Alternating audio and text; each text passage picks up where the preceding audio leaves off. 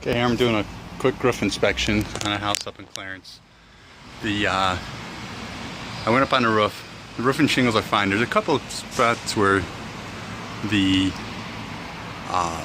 decking is a little bit sparse or loose from the rafters. It's nothing major here.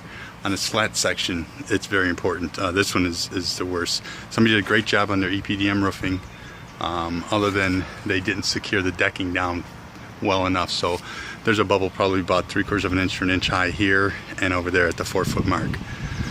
So we can sometimes find the rafters and then just put our cap patches on the EPDM depending on its age. You can see where the old ice shield is underneath the fascia. The gutters are completely packed solid. You can see right up inside the gutter.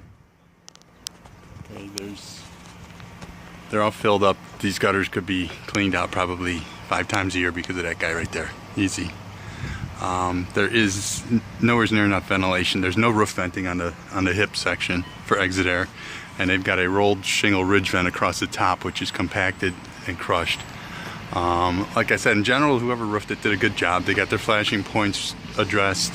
But what I would recommend here is the overhangs venting, and then putting in the proper amount of roof vents, because as you can see, those little box vents, those are just for your bathroom exhaust. There's no actual roof vent at all, and that's a ridge vent that's completely collapsed going in there. So what I'd recommend doing is open up these soffits, put in a full vented soffit system all the way around, help save the life of that deck, and get the roof vents in. Put on new gutter system. These gutters weren't really, they're not the best, but not only that, when we do it, we can get rid of all those black lines underneath the gutter too, because that aluminum fascia is coated with it.